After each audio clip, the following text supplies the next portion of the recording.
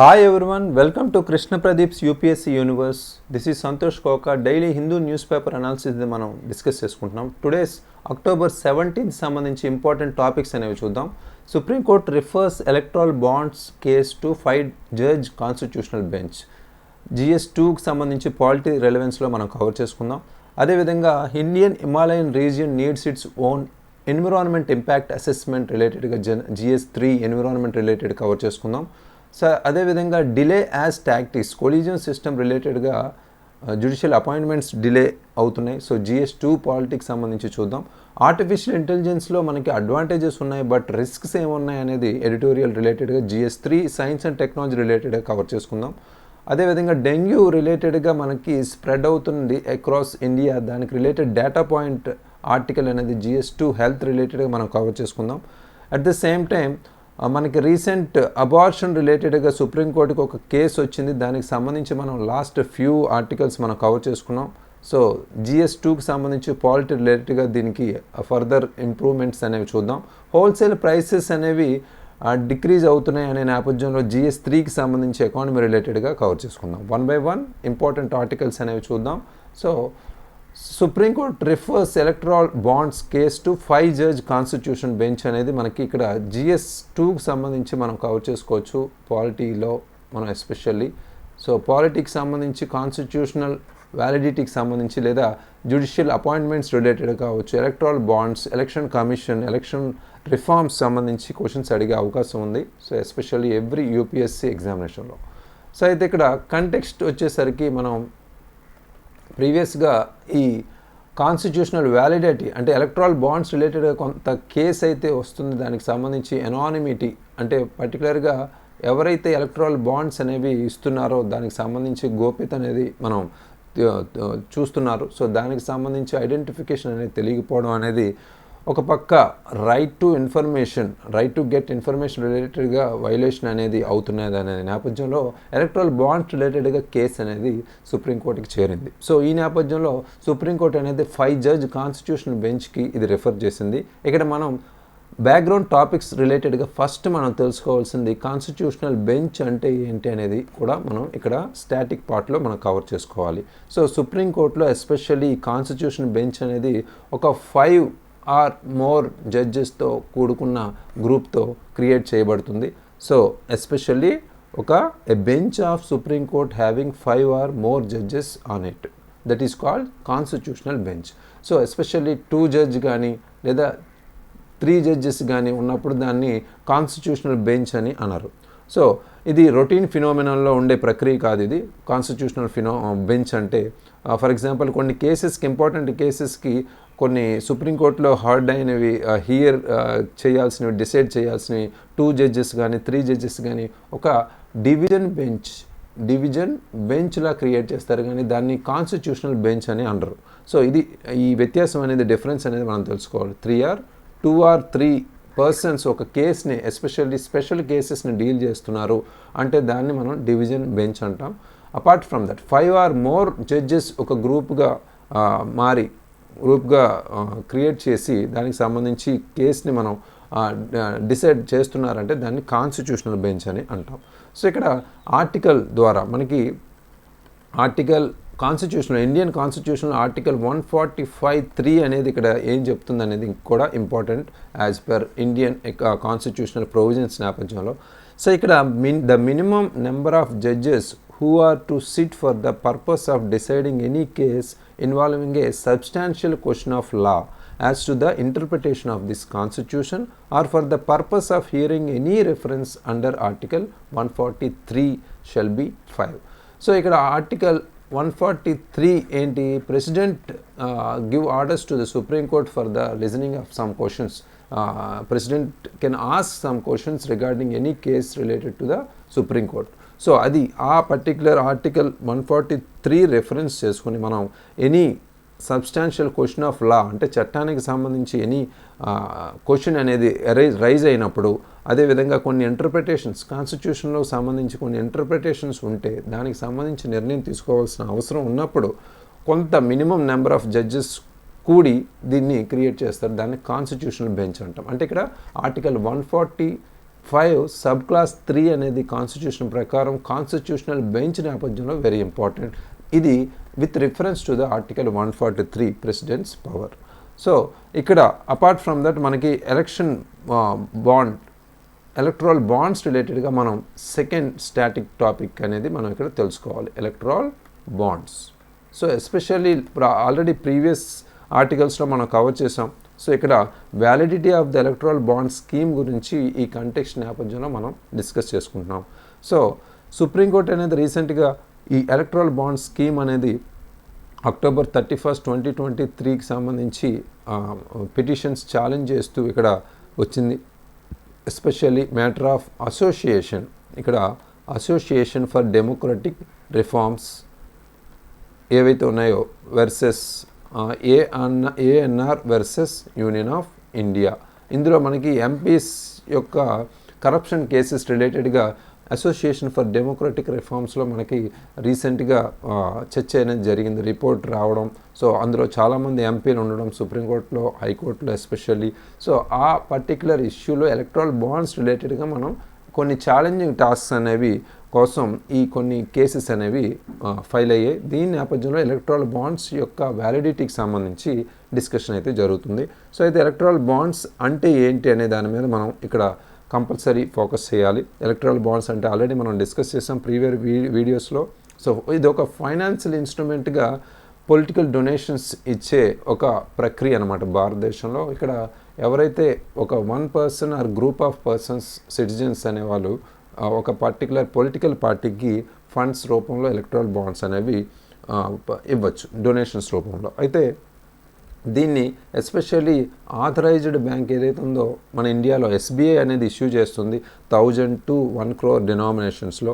అదేవిధంగా పర్చేజర్ ఎవరైతే ఉన్నారో మన ఇండియన్ సిటిజన్ కావచ్చు లేదా any corporate entity that was established in India only. So ఈ పర్టికులర్ ఎలక్ట్రల్ బాండ్స్ ఏవైతే ఉన్నాయో through cheques or digital payments ద్వారా దీన్ని పంపించవచ్చు. అయితే ఇక్కడ ఎనానిమిటీ అనేది దీన్ని ఫాలో అవుతారు, ఎందుకంటే ఎవరికి తెలియకుండా గోప్యత అనేది వస్తుంది.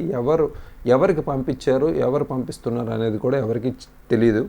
ఆ పర్టికులర్ ఎనానిమిటీ అనేది ఇది క్రియేట్ చేస్తున్నారు ఇందులో. సో అదేవిధంగా యూసేజ్ విషయంలో ఎలక్ట్రల్ బాండ్స్ అనేవి పొలిటికల్ పార్టీస్ ఎవరైతే ఉన్నారో under article representation of the people's act 1951 నేపథ్యంలో మనం చూసుకుంటే ఏ పొలిటికల్ పార్టీ అయితే రిజిస్టర్ అయి ఉండి ఆ పొలిటికల్ పార్టీకి ప్రీవియస్ ఎలక్షన్స్లో whether it is Lok Sabha or state legislative అసెంబ్లీలో 1% కన్నా ఎక్కువ శాతం ఓట్లు వచ్చిన వాళ్ళే దీనికి అర్హులు అన్నమాట. సో ఎలక్ట్రల్ బాండ్స్ రిసీవ్ చేసుకోవడానికి.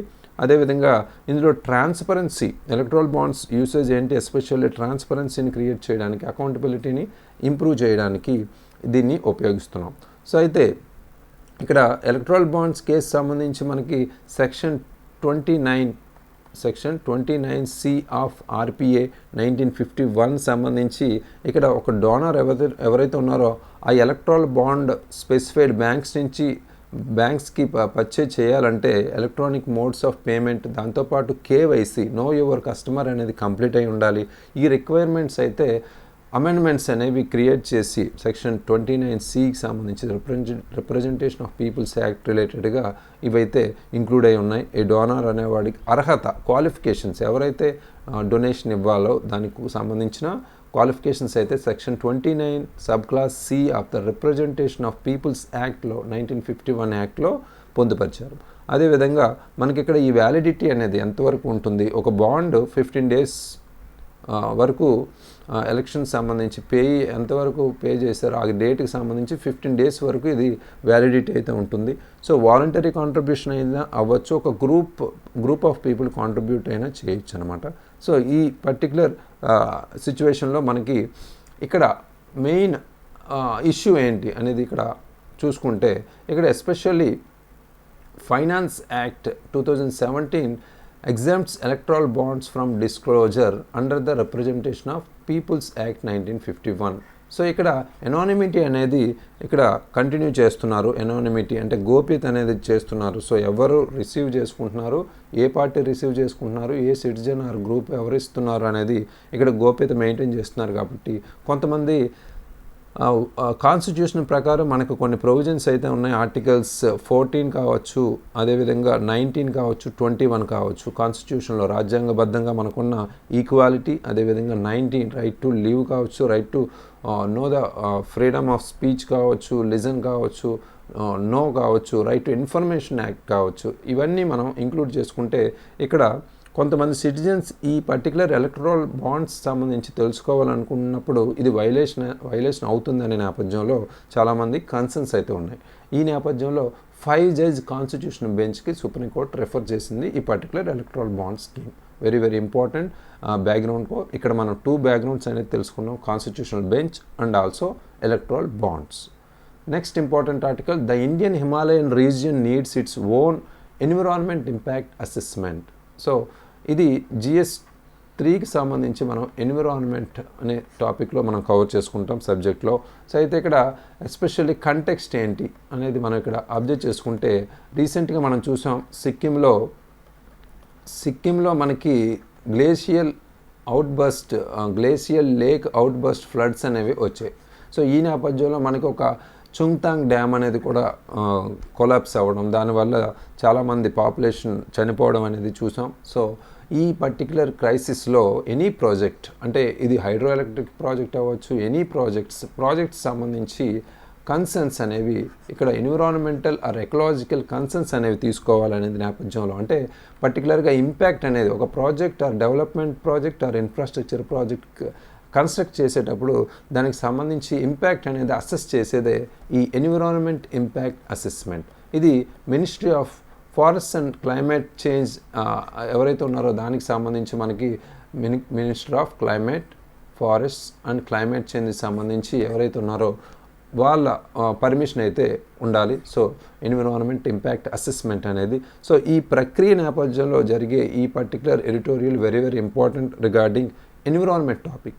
సో రీసెంట్గా మనకి NGT నేషనల్ గ్రీన్ ట్రిబ్యునల్ కావచ్చు, ఎన్విరాన్మెంట్ ఇంపాక్ట్ అసెస్మెంట్ కావచ్చు, ఈ పాలసీస్ అనేవి మన ఇండియాలో ఒక లా కింద, ఒక పాలసీ కింద క్రియేట్ అయి ఉన్నాయి. కాబట్టి any type of project or any development project or any infrastructure project start చేయాలంటే ఫస్ట్ పర్మిషన్ అనేది ఈ EIAకి సబ్మిట్ చేయాలి వీళ్ళు. ఈ పర్టికులర్ రివ్యూ చేసి ఫైనల్ అప్రూవల్ ఉంటేనే ఆ ప్రాజెక్ట్ అనేది స్టార్ట్ అవుతుంది.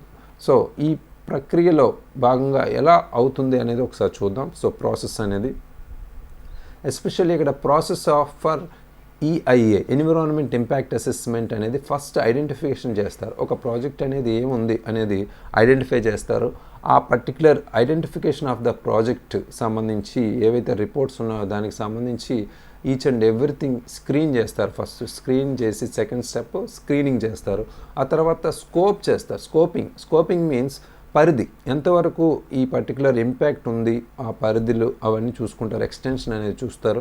So apart from that 4th important step is impact assessment. ఆ ఇంపాక్ట్ ఎంతవరకు ఉండబోవచ్చు అనే దాన్ని అసెస్మెంట్ చేస్తారు. అసెస్ అంటే పర్టికులర్ అంచనా వేస్తారనమాట, ఎంతవరకు ప్రభావం ఉంది అనే దాని మీద.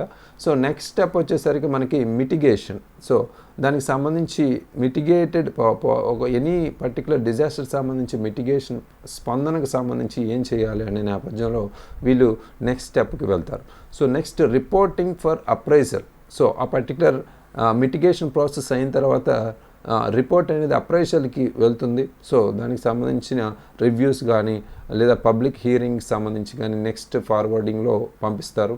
సో ఆ తర్వాత అంటే పబ్లిక్ హీరింగ్ స్టెప్ వచ్చేసరికి అక్కడున్న ఇంపాక్ట్ అయ్యే ఏరియాకి సంబంధించి ప్రజలు నిజంగా ఇంపాక్ట్ అవుతున్నారు, ఆ ప్రభావం ఏమైనా ఉందా, బ్యాడ్ ఎఫెక్ట్ ఏమైనా ఉందా అనేది పబ్లిక్ హీరింగ్, ఈ ప్రాజెక్ట్ స్టార్ట్ చేయొచ్చా లేదా అనే పబ్లిక్ ఒపీనియన్ అనేది తీసుకుంటారు. నెక్స్ట్ ఆ పబ్లిక్ హీరింగ్ ఓకే అయినప్పుడు దాన్ని రివ్యూ, EIA రిపోర్ట్ ఏదైతే ఉందో ఫైనల్గా దాన్ని ఒకసారి రివ్యూ చేస్తారు. ఫైనల్ డెసిషన్ మేకింగ్ కూడా తీసుకుంటారు లాస్ట్ స్టెప్లో. ఫైనల్లీ మానిటరింగ్ ఎన్ఫోర్స్మెంట్, దాన్ని కాంప్లియన్స్ టైప్లో ఎన్ఫోర్స్మెంట్, ఎన్విరాన్మెంట్ ఆడిటింగ్ కూడా చేస్తూ ఫైనల్గా దీన్ని అప్రూవ్ చేసే విధానం అనేది ఈ ఆల్ దీస్ స్టెప్స్ కంప్లీట్ అయిన తర్వాతే మనకి ఫైనల్గా ముందుకెళ్తుంది. అది వెరీ వెరీ ఇంపార్టెంట్ ఇక్కడ. సో నెక్స్ట్ మనం చూసుకుంటే ఇక్కడ EIAకి సంబంధించి మనం ఇక్కడ చూసే ముందు మనకి సిక్కిం సంబంధించి డ్యామ్ ఏదైతే ఉందో తీస్తా డ్యామ్ సంబంధించి రీసెంట్ ఫ్లడ్స్ ఏవైతే ఉన్నాయో ల్యాండ్ స్లైడ్స్ సంబంధించి హిమాచల్ ప్రదేశ్లో ఇది జరగడం అవన్నీ చూసాం. ఎన్విరాన్మెంట్ అండ్ ఎకాలజీ ఎస్పెషల్లీ మౌంటైన్స్లో మనకి ఇక్కడ ఈ డెవలప్మెంట్ మోడల్స్ అనేవి ఏవైతే ఉన్నాయో చాలా వర్స్ట్గా ఉండడం వల్ల ఇవి జరిగాయి అనేది కూడా తెలుస్తుంది. అయితే ఎన్విరాన్మెంట్ ఇంపాక్ట్ అసెస్మెంట్ అంటే ఏంటి? According to our UN environment programme రిలేటెడ్గా డెఫినేషన్ మనం అబ్జర్వ్ చేస్తే ఇది ఒక process. It is a process defined by United Nations environment programme. So ఇదొక టూల్ దేనికి? Environmental, social and economic impacts ఏవైతే ఉన్నాయో ఒక ప్రాజెక్ట్ సంబంధించి, అంటే ఒక ప్రాజెక్ట్ సంబంధించి నాట్ ఓన్లీ ఎన్విరాన్మెంట్ రిలేటెడ్ అంటే పర్యావరణపరమైన నష్టాలే కాదు, మనకి ఉన్న సొసైటీ పరంగా అంటే అక్కడ ఉన్న భూభాగంలో ఉన్న ప్రజలకు సంబంధించి ఏమైనా రీప్లేస్మెంట్ చేయాలా, డిస్ప్లేస్మెంట్ ఏమైనా చేయాలా, వాళ్ళకి సంబంధించి ఏదైనా ప్రభావం ఉంటుందా అనేది కూడా అంచనా వేస్తుంది. అదేవిధంగా ఎకనామిక్ ఇంపాక్ట్స్, ఆర్థికపరమైన ఇంపాక్ట్స్, ప్రభావాలు ఏమైనా ఉన్నాయా అనేది కూడా ఇది చూస్తుంది. ఆ చూసిన తర్వాత before implementation it is a tool to identify the environmental, social and economic impacts of A project is called environment impact assessment. So ఇది యునైటెడ్ నేషన్స్ ఎన్విరాన్మెంట్ ప్రోగ్రామ్ ఇచ్చిన డెఫినేషన్ ఎన్విరాన్మెంట్ ఇంపాక్ట్ అసెస్మెంట్కి. సో అయితే ఇది ఒక టూల్గా ఉపయోగపడుతుంది. ఇది ఒక proposed project ఏదైతే ఉందో దాన్ని వేరియస్ ఆల్టర్నేటివ్స్లో ప్రపోజ్ చేయడానికి, ప్రెడిక్ట్ చేయడానికి, అనలైజ్ చేయడానికి మనకి వేరియస్ స్కెనారియోస్లో మనకి యూజ్ అవుతుంది. మిటిగేషన్ స్ట్రాటజీస్కి సంబంధించి డిసైడ్ అయ్యే అవకాశం ఉంది. సో అయితే ఇది ఇక్కడ మేజర్ ఇంపాక్ట్ సంబంధించి మనం మాట్లాడుకుంటే ఇది మన ఇండియాలో 1976 నుంచి 77 వరకు ఇండియాలో ఈఐఏ ఎన్విరాన్మెంట్ ఇంపాక్ట్ అసెస్మెంట్ పర్యావరణ ప్రభావ అంచనా అనేది మొదలైంది. సో ప్లానింగ్ కమిషన్ డైరెక్ట్ చేశారు. Department of science and technology సంబంధించి రివర్ వ్యాలీ ప్రాజెక్ట్స్ ఏవైతే ఉన్నాయో ఎన్విరాన్మెంట్ పాయింట్ ఆఫ్ వ్యూలో దాన్ని అసెస్ చేయడాన్ని ఫస్ట్ మనకి 1976 నుంచి 77లో స్టార్ట్ అయింది. సో అయితే మనకి ఇంపాక్ట్స్ సంబంధించి ఏమున్నాయి అనేది ఫిజికల్ ఇంపాక్ట్స్ కావచ్చు, లేదా మనకి land use changes, habitat loss సంబంధించి కావచ్చు, displacement of communities and changes in livelihoods కావచ్చు. ఇవన్నీ మనకి ఇంపాక్ట్స్ జరగచ్చు. Maybe it is maybe social or economical or environmental. అంటే ఎయిర్ క్వాలిటీ సమ్టైమ్స్ ప్రాజెక్ట్ వల్ల ఇంపాక్ట్స్ ఎయిర్ క్వాలిటీ అవ్వచ్చు, లేదా ఎమిషన్స్ అయితే పొల్యూటెంట్స్ అనేవి ఇంక్రీజ్ అవ్వచ్చు, లేదా వాటర్ అవైలబిలిటీ లేదా క్వాలిటీ అనేది చేంజ్ అవ్వచ్చు. ఈ విధమైన అవకాశం కూడా ఉంది ప్రభావాలు అనేవి. అదేవిధంగా ఈ క్వాలిటీ అనేది పొటెన్షియల్ ఇంపాక్ట్స్ అనేవి అగ్రికల్చర్ ప్రొడక్టివిటీ మీద కూడా పడవచ్చు. సాయిల్ ఎరోజన్ కూడా అవ్వచ్చు దీనివల్ల. సో దీనివల్ల ఒక పక్క ఈ కొన్ని ప్రాజెక్ట్స్ వల్ల బయోడైవర్సిటీ తగ్గచ్చు. సో టెరెస్ట్రియల్ అదేవిధంగా ఆక్వాటిక్ ఎకో సిస్టమ్ అనేది దెబ్బతినచ్చు కూడా. సో హ్యాబిటాట్ ఫ్రాగ్మెంటేషన్ అనేది, ఎండేంజర్డ్ స్పీసీస్ అనేవి కన్జర్వేషన్ అనేది కన్సిడర్ చేసుకుంటూ ఈ పర్టికులర్ ఇంపాక్ట్ అసెస్మెంట్ అనేది వెరీ ఇంపార్టెంట్ అనే పాయింట్ ఆఫ్ వ్యూలో కూడా మనం చెప్పచ్చు. సో అయితే ఈఐఏ అనేది సోషియో ఎకనామిక్ ఆస్పెక్ట్స్ సంబంధించి లోకల్ కమ్యూనిటీస్, ఎంప్లాయ్మెంట్, ఇన్ఫ్రాస్ట్రక్చర్ రిలేటెడ్గా కూడా ఒక పొటెన్షియల్ హెల్త్ ఇంపాక్ట్స్ ఏవైతే ఉన్నాయో వర్కర్స్ మీద కావచ్చు, నియర్ బై కమ్యూనిటీస్ ఎవరైతే ఉన్నారో ఆ project related near by communities, tribal community కావచ్చు, నార్మల్ కమ్యూనిటీ కావచ్చు, వాళ్ళకి ఇంపాక్ట్ ఏ విధంగా ఉందనేది కూడా ఇది చూపిస్తుంది. సో ఇది మనకి సిగ్నిఫికెన్స్ ఎందుకు, ఈ ఐఏ ఇండియాలో ఎందుకు సిగ్నిఫికెన్స్ అంటే ఎస్పెషల్లీ మన ఎన్విరాన్మెంట్ని ప్రొటెక్ట్ చేసుకోవడానికి, దాంతోపాటు సస్టైనబుల్ డెవలప్మెంట్ ఏదైతే ఉందో మనం పెట్టుకున్న గోల్స్ సంబంధించి దాన్ని ప్రమోట్ చేయడానికి ఈఐఏ అనేది ఒక క్లియర్ రోల్ అయితే ప్లే చేస్తుంది. అపార్ట్ ఫ్రమ్ దట్ మనకి మిటిగేషన్ మెజర్స్ ఏవైతే ఉన్నాయో, ఫర్ ఎగ్జాంపుల్ డిజాస్టర్స్ రాకుండానే మనం ఏం చేయాలి, డిజాస్టర్ రెస్పాన్స్ సంబంధించి ఎలా ఆలోచిస్తామో, అలాగే ఒక ప్రాజెక్ట్ అనేది స్టార్ట్ అవ్వక ముందు ఆ మిటిగేషన్ మెజర్స్ అనేవి తీసుకోవాల్సిన అవసరం అయితే ఉంది. అందులో ఈఐఏ అనేది మనకి హెల్ప్ చేస్తుంది. అదేవిధంగా పొటెన్షియల్ ఎన్విరాన్మెంటల్ ఇంపాక్ట్స్ ఏం జరగబోతున్నాయి, అదేవిధంగా అడ్వర్స్ ఎఫెక్ట్స్ని ప్రివెంట్ చేసి దాన్ని నివారించే అవకాశం ఉంది దీని ద్వారా. సో అదేవిధంగా ఎన్విరాన్మెంటల్ కన్సిడరేషన్స్ ఏవైతే ఉన్నాయో ప్రాజెక్ట్ ప్లానింగ్ కావచ్చు, డెసిషన్ మేకింగ్ సంబంధించి కావచ్చు, ఇంటిగ్రేట్ చేసే అవకాశం ఉంది దీనివల్ల. దాంతోపాటు ఇక్కడ మనం పబ్లిక్ హీరింగ్ కూడా మనం చూస్తున్నాం. సో దానివల్ల పబ్లిక్ ఒపీనియన్ కూడా ఇంక్లూడ్ చేసుకుంటున్నాం కాబట్టి పబ్లిక్ పార్టిసిపేషన్ కూడా మనం ఇంక్లూడ్ చేసుకుంటున్నాం. దీనివల్ల ఈఐఏ అనేది క్లియర్లీ ప్రమోట్స్ పబ్లిక్ పార్టిసిపేషన్ అనేది తెలుస్తుంది. సో అఫెక్టెడ్ కమ్యూనిటీస్ని కూడా మనం స్టేక్ హోల్డర్స్ కింద తీసుకుంటున్నాం. వాళ్ళ కన్సర్న్స్ ఆందోళన ఏమైతే ఉన్నాయో, డెసిషన్ మేకింగ్ ప్రాసెస్లో కూడా ఇన్వాల్వ్ చేస్తున్నాం. ఇది గుడ్ గవర్నెన్స్ సంబంధించి ఇంపార్టెంట్ రోల్ ప్లే చేసే వెపన్ కాబట్టి ఈఐఏ అనేది మనం ట్రాన్స్పరెన్సీ అనేది, పబ్లిక్ ట్రస్ట్ అనేది, అకౌంటబిలిటీ అనేది క్రియేట్ చేయడానికి ఎన్విరాన్మెంట్ ఇంపాక్ట్ అసెస్మెంట్ అనేది క్లియర్గా మనకి యూజ్ అవుతుందనే నేపథ్యంలో ఈ ఎడిటోరియల్ అనేది చెప్పారు. So next important article, confronting the long term risks of artificial intelligence. So previous many ఆర్టికల్స్లో మనం ఆర్టిఫిషియల్ ఇంటెలిజెన్స్ నేపథ్యంలో చాలా ఆర్టికల్స్ చూసాం. ఆర్టిఫిషియల్ ఇంటెలిజెన్స్ అప్లికేషన్స్ కావచ్చు, అడ్వాంటేజెస్ కావచ్చు, అదేవిధంగా ఆర్టిఫిషియల్ ఇంటెలిజెన్స్ రెగ్యులేషన్ రిలేటెడ్గా ఇండియా ఏం చేయాలనేది కూడా మనం చూసాం. బట్ ఇక్కడ కంటెక్స్ట్ ఏంటంటే దాని రిస్క్స్ ఏంటి, ఎలా long term risk or short term risk, ఇలా ఈ పరిధిలో లాంగ్ టర్మ్ రిస్క్స్ని ఎలా మనం కన్ఫ్రంట్ చేయాలి, భరించాలి, దాన్ని నివారించాలి అనే నేపథ్యంలో తీసుకున్నాం. సో ఆర్టిఫిషియల్ ఇంటెలిజెన్స్ అంటే అందరికీ తెలిసిందే, పర్టికులర్గా ఇది ఒక కంప్యూటర్ ప్రోగ్రామ్. హ్యూమన్ నుంచి మనకి ఒక సోర్స్ కోడ్ ద్వారా మన హ్యూమన్ ఇంటెలిజెన్స్ ఏదైతే ఉందో ఆర్టిఫిషియల్గా యూజ్ చేసే మెకానిజంతో కంప్యూటర్లో కానీ రోబోట్స్ కానీ మనం ఇంక్లూడ్ చేస్తున్నాం. దీన్నే మనం ఆర్టిఫిషియల్ ఇంటెలిజెన్స్ అంటాం.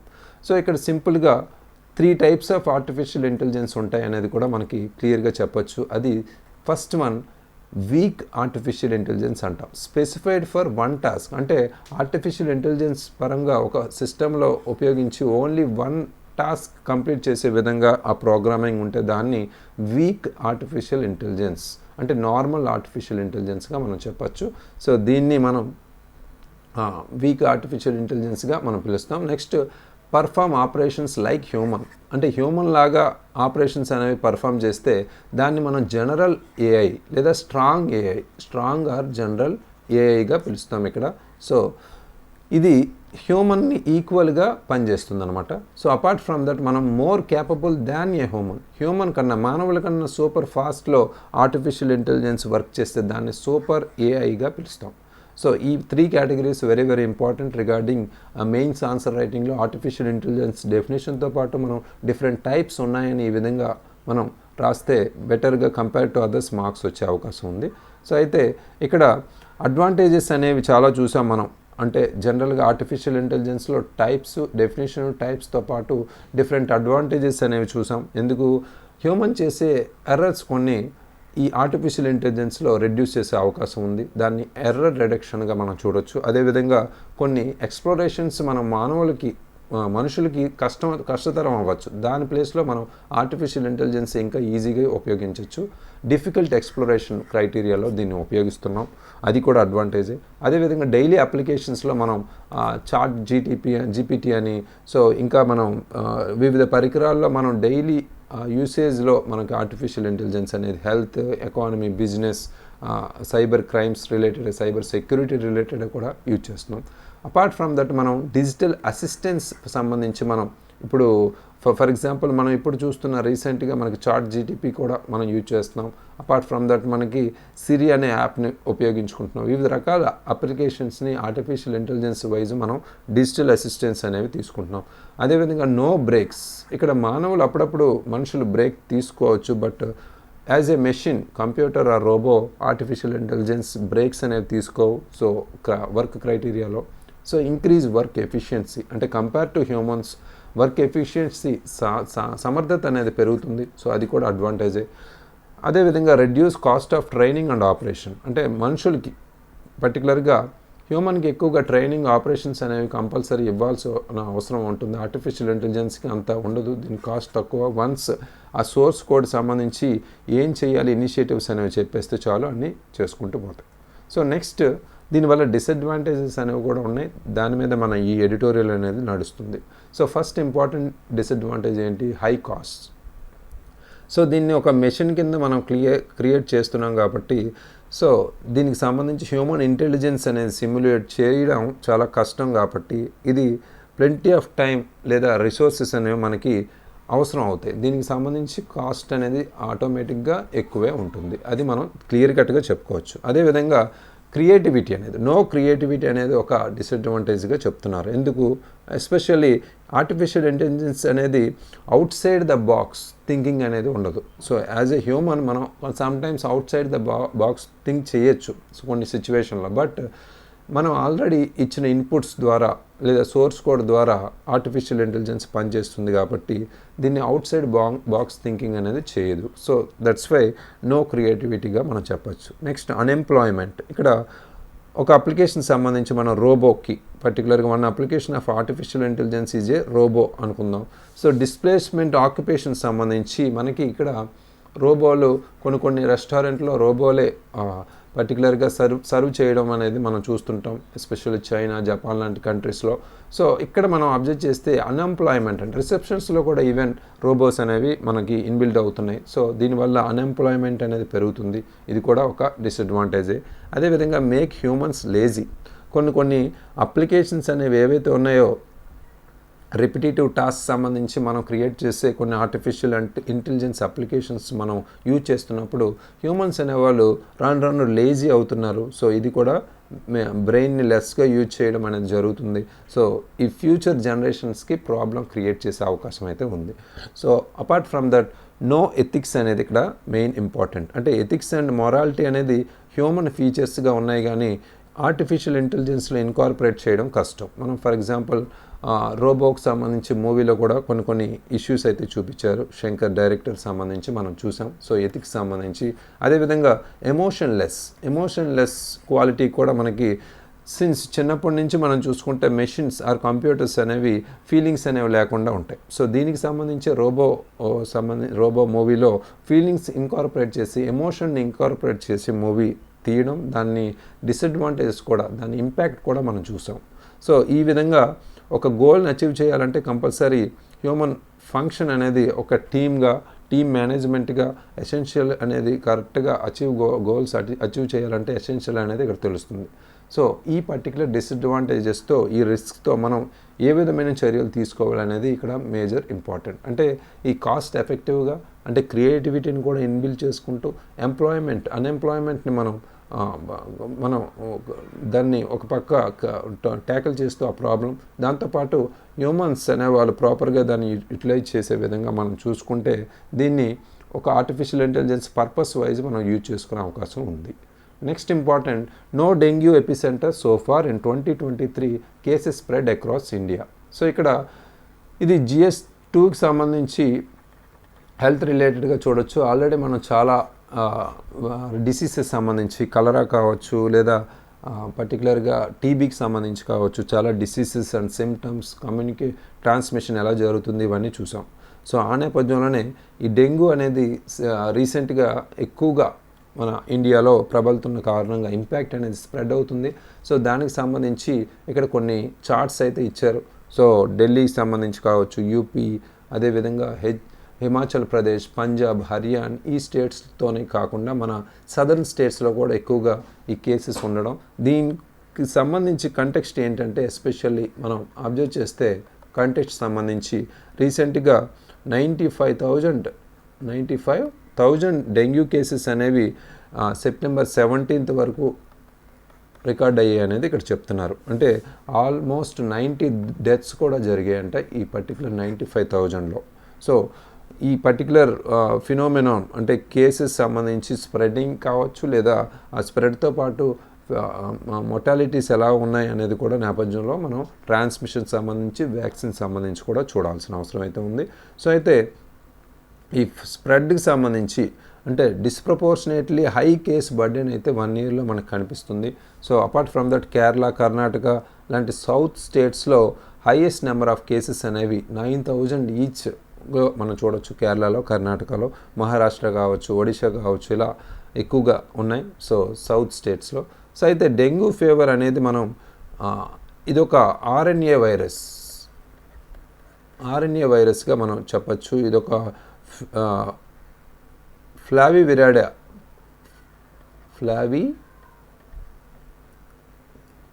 విరిడియా ఫ్యామిలీ నుంచి వచ్చిన ఒక వైరస్, జీనస్ నుంచి వచ్చిన వైరస్గా మనం చెప్పుకోవచ్చు. అంటే జీనస్ ఫ్లావీ వైరస్ నుంచి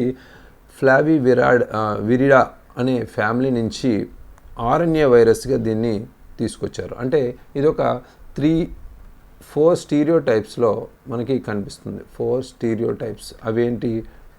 డెన్ 1, డెన్ 2, అదేవిధంగా డెన్ 3, డెన్ 4.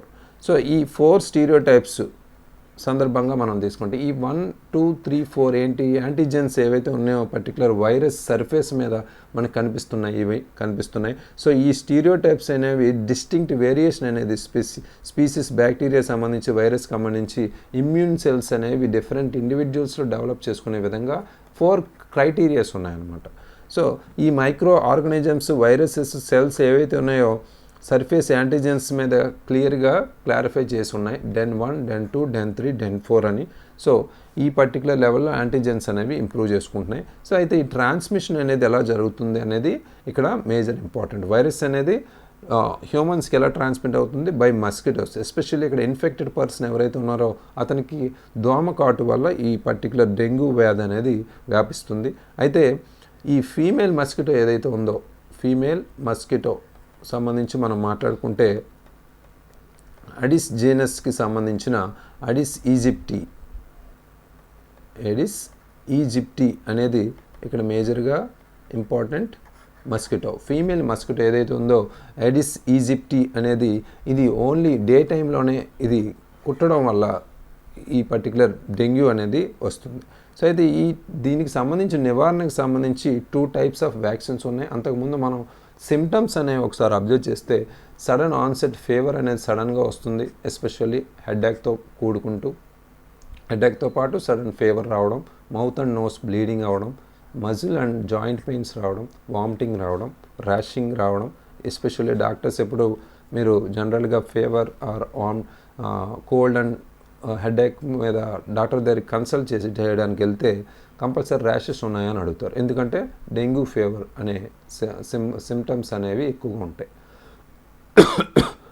ఎస్పెషల్లీ డయేరియా కూడా ఇక్కడ మేజర్ సిమ్టమ్గా చెప్పుకోవచ్చు. అయితే ఇదంతా నార్మల్ ఫేజ్. బట్ క్రిటికల్ ఫేజ్లోకి వచ్చేసరికి హైపోటెన్షన్ అనేది ఉంటుంది, ప్లోరల్ ఎఫ్యూజన్ ఎసైడ్స్ అనేవి ఉంటుంది, గ్యాస్ట్రో బ్లీడింగ్ సంబంధించి మనకి ఇంపార్టెంట్గా ఉంటుంది. రికవరీ ఫేజ్లోకి వచ్చేసరికి కాన్షియస్నెస్ అనేది బాగా కాన్షియస్నెస్ లెవెల్ అనేది చేంజ్ అవుతూ ఉంటుంది, సీజర్స్ అనేవి, ఇచ్చింగ్ అనేది, స్లో హార్ట్ రేట్ అనేది, ఇలా దీని కాంబినేషన్లో డెంగ్యూ 3 లెవెల్స్లో మనకి ఇక్కడ ఉంటుందన్నమాట. So very dangerous.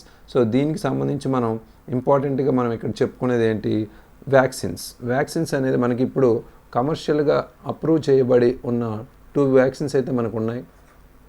అవి ఒకటి డిసెంబర్ 2022లో యూరోపియన్ మెడిసిన్స్ ఏజెన్సీ అప్రూవ్ చేసింది క్యూ డెంగా అని.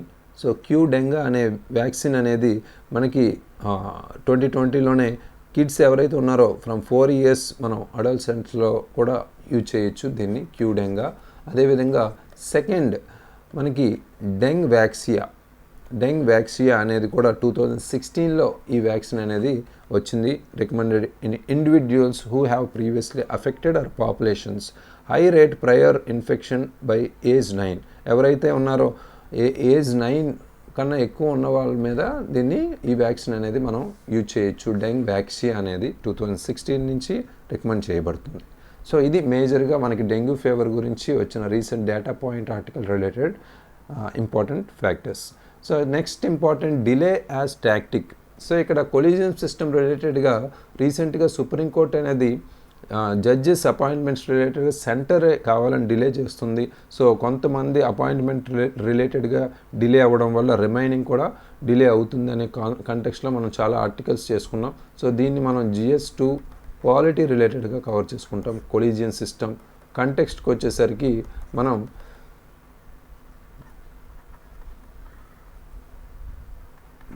జస్టిస్ డినైడ్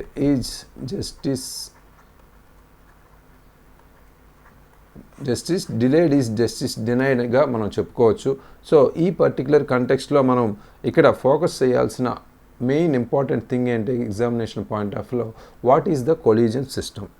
ఇది మనకి ఆల్రెడీ ప్రీవియస్ క్లాస్లో డిస్కస్ చేసుకున్నాం. ఒక డెమోక్రటిక్ సిస్టంలో మనం ఉన్న appointments and transfer of judges సంబంధించి సపరేట్గా ఒక మెకానిజం అయితే క్రియేట్ చేసుకున్నాం, కొలీజియం సిస్టమ్ అని అపాయింట్మెంట్కి.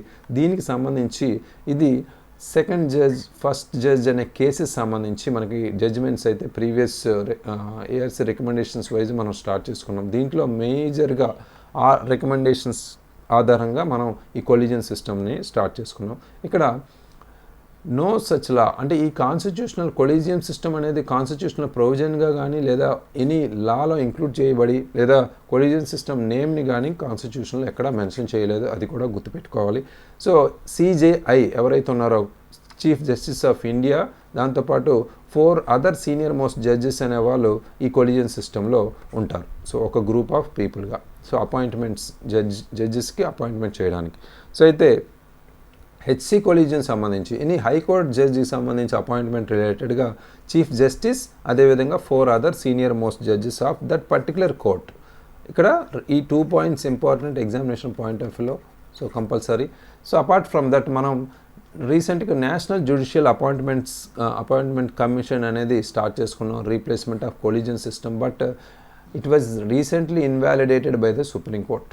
సో ఎన్జేఎస్సీ అనేది కొలీజియం సిస్టమ్కి ఎన్జేఎస్సీకి కంపేర్ చేస్తే అందులో కొన్ని లూప్ హోల్స్, కాన్ఫ్లిక్ట్స్ ఉండడం వల్ల మనం కొలీజియం సిస్టమ్నే ఎప్పుడులానే మనం కంటిన్యూ చేస్తున్నాం. ఇక్కడ మేజర్గా ఎవరిని జడ్జెస్ని, any judge, supreme court or high court జడ్జిని ఫస్ట్ ప్రెసిడెంట్ అనేవాడు అపాయింట్ చేస్తారనేది అందరికీ తెలిసిందే. ఈ ప్రెసిడెంట్ అపాయింట్ చేసే ముందు ఈ కొలీజియం సిస్టమ్ అనేది నడుస్తుంది. సో ఈ కొలీజియం సిస్టమ్ అనేది నడిచే ప్రక్రియలో మనకి ఇక్కడ ఎవరుంటారు, CJI plus 4 other judges, senior most judges ఎవరైతే ఉన్నారో వాళ్ళు. అదేవిధంగా హెచ్సి హైకోర్టు జడ్జ్ అనుకోండి, ఇక్కడ ఒక కన్సల్టేషన్ ప్రాసెస్ అనేది స్టేట్లో జరుగుతుంది, అది హైకోర్టు జడ్జ్ అపాయింట్మెంట్కి సంబంధించింది కాబట్టి first CJ of particular high court ఎవరైతే ఉన్నారో ఆ ఇనిషియేషన్ అనేది, అపాయింట్మెంట్ ఇనిషియేషన్ అనేది స్టార్ట్ చేస్తారు. తర్వాత చీఫ్ మినిస్టర్కి వెళ్తుంది, తర్వాత గవర్నర్కి వెళ్తుంది, ఆ గవర్నర్ నుంచి యూనియన్ లా మినిస్టర్ ద్వారా మనకి కొలీజియం సిస్టమ్కి వస్తుంది. సో ఈ కొలీజియం సిస్టమ్ ప్రాసెస్ స్టార్ట్ అయిన తర్వాత president on the recommendation of CJI మనకి ప్రెసిడెంట్ అనేవాడు అపాయింట్ చేస్తారు పర్టికులర్ హైకోర్టు జడ్జిని. సో ఇది మేజర్గా collegium system very very important examination point of లో. Next, court declines abortion plea, says it can't stop heartbeat of viable foetus. So ఇక్కడ ఇది last 2-3 articles నుంచి మనం వీడియోస్ నుంచి కవర్ చేసుకుంటున్నాం, GS2కి సంబంధించి, అబార్షన్స్ సంబంధించి. అయితే ఇది పాలిటీ రిలేటెడ్గా మనం సోషల్ జస్టిస్ రిలేటెడ్గా కవర్ చేసుకోవచ్చు. సో అయితే ఇక్కడ వైలేషన్ ఆఫ్ కాన్స్టిట్యూషనల్ ప్రొవిజన్స్ అనేది, ఆర్టికల్స్ అనేది ఇక్కడ జరుగుతుందనే నేపథ్యంలో చూడొచ్చు. సో ఎస్పెషల్లీ ఇక్కడ మేజర్గా పాయింట్అవుట్ చేసింది కంటెక్స్ట్ నేపథ్యంలో మనకి అబార్షన్ 26 వీక్ ఆఫ్ అబార్షన్ని మనం రీసెంట్గా సుప్రీంకోర్టు అనేది క్యాన్సిల్ చేయడం అనేది, ఒక విమెన్ 26 వీక్కి అబార్షన్ చేసుకోవాలనే ఆలోచనని ఇక్కడ స్టాప్ చేయడం అనేది ఇక్కడ ఉద్దేశించింది కంటెక్స్ట్ అనేది మనం ఇక్కడ తెలుస్తుంది.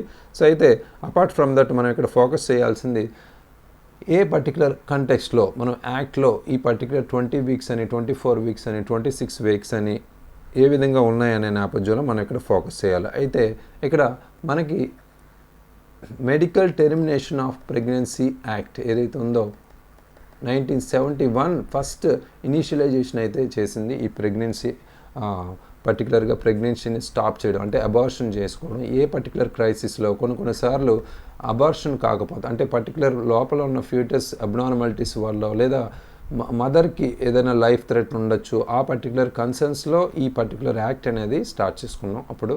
సో ఆ తర్వాత కొన్ని అమెండ్మెంట్స్తో మనకి medical termination of prevention amendment act 2021 నుంచి కొన్ని చేంజెస్ అయితే తీసుకొచ్చారు. అవేంటి, ఇక్కడ పర్టికులర్గా కొన్ని ఇంపార్టెంట్ థీమ్స్ అంటే ఇక్కడ 20 వీక్స్ అనేది ఒక పర్టికులర్ ఏరియాలో వన్ రిజిస్టర్డ్ మెడికల్ పర్సన్ ఎవరైతే ఉన్నారో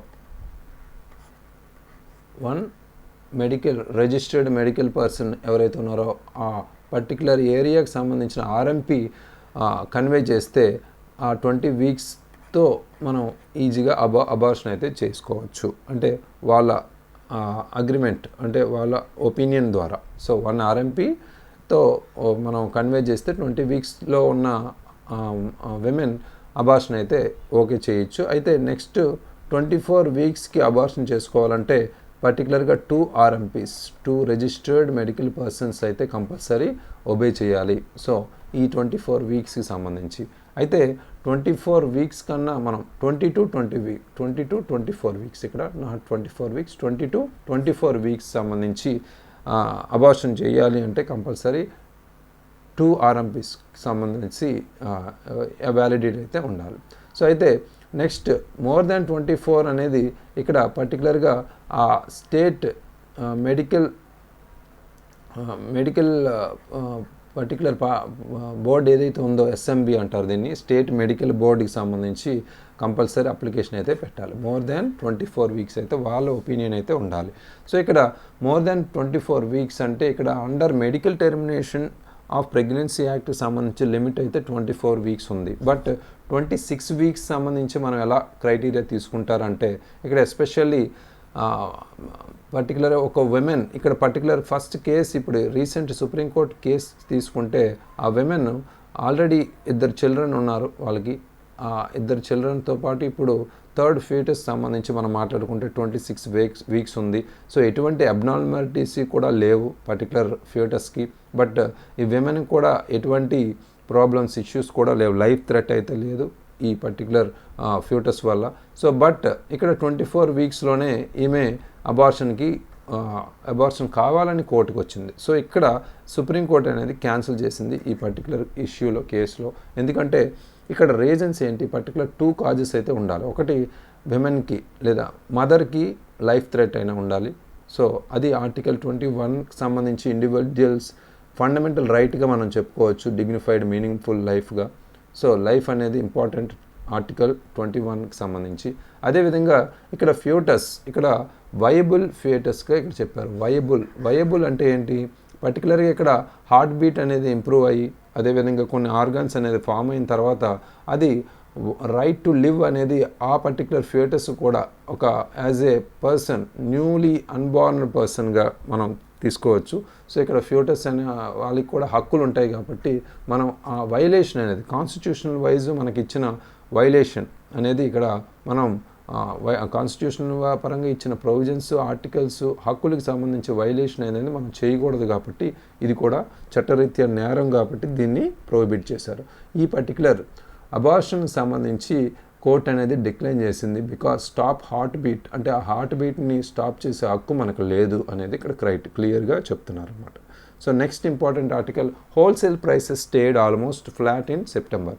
సో ఇక్కడ హోల్సేల్ ప్రైస్ ఇన్ఫ్లేషన్ సంబంధించి, రీటైల్ ఇన్ఫ్లేషన్ సంబంధించి మనకి CPI రిలేటెడ్గా మనం ప్రీవియస్ ఆర్టికల్స్లో కవర్ చేసుకున్నాం.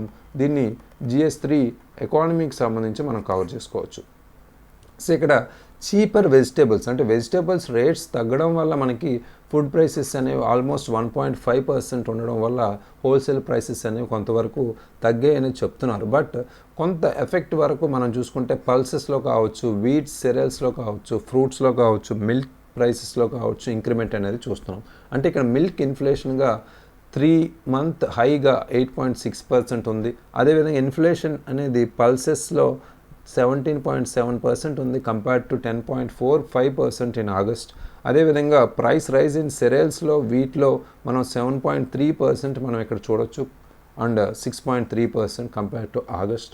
సో ఈ పర్టికులర్ క్రైసిస్లో what are the important phenomenon or reasons అనేవి మనకి important. Reasons or causes for decline or increase అనేది ఇక్కడ మేజర్ ఎగ్జామినేషన్ పాయింట్ ఆఫ్ లో ఇంపార్టెంట్. కానీ ఈ ఎప్పటికిప్పుడు డైలీ డేటా అనేది ఇంపార్టెంట్ కాదు. In case examination point of లో ఎగ్జామ్కి ముందు ఎకనామిక్ సర్వే ఆర్ బడ్జెట్ అనే ద్వారా మనం తీసుకోవాలి ఈ ఫ్యాక్ట్స్ అనేవి. సో అయితే ఇక్కడ మిల్క్ ఇన్ఫ్లేషన్, అదేవిధంగా వెజిటేబుల్స్ డిక్రీజ్ అవ్వడం, వెజిటేబుల్ ప్రైసెస్ అనేవి, దాంతోపాటు మనకి global oil and gas prices అనేవి సర్జ్ అనేవి దానివల్ల కూడా మనకి ఒక ఇంపాక్ట్ అనేది ఉంది. సో అది కూడా ఇక్కడ ఇంపార్టెంటే. ఇంటర్నేషనల్ వైజ్ కూడా కొన్ని కాజెస్ ఉంటాయి కాబట్టి అవి కూడా తీసుకోవాలి. So very very important article. So regarding inflation. So all these are important articles regarding upcoming examination. Compulsory focus చేయండి. డైలీ మనం చూసే ఆర్టికల్స్లో repetitive concepts, repetitive topics, repetitive backgrounds అనేవి కవర్ చేసుకుంటూ మనం వెళ్తున్నాం. దాంతోపాటు మనం రివిజన్ అనేది చేస్తే ఆటోమేటిక్గా each and every competitive examination, not only యూపీఎస్సీకి సంబంధించి మెయిన్సే మనకి మేజర్గా మనం మెయిన్స్ పాయింట్ ఆఫ్ వ్యూలో కొంచెం కష్టపడాలి. But prelims and not only all other competitive examination సంబంధించి ప్రిలిమ్స్ మెయిన్స్ ఆబ్జెక్టివ్ టైప్లో క్వశ్చన్స్ అనేవి అవలేలగా రాయొచ్చు after following these news paper analysis. Compulsory అది మనం ప్రామిస్ చేసి చెప్పచ్చు. డైలీ మనం న్యూస్ పేపర్ వైజ్ మనం చూస్తే ఒకలా ఉంటుంది, లేదా ఎగ్జామ్ ముందు మనం కొన్ని మ్యాగజైన్స్ పరంగా మనం ఫోకస్ చేస్తే వేరేలా ఉంటుంది రిజల్ట్. అది కంపల్సరీ గెస్ చేయండి. సో అయితే ఫోకస్ చేయండి కంపల్సరీ. ఎగ్జామ్స్ ముందు ప్రిపరేషన్ కాదు, డైలీ అనేది కంపల్సరీ 1 hour అయినా మనం న్యూస్ పేపర్ రీడింగ్ అనేది important. Thank you very much. All the very best.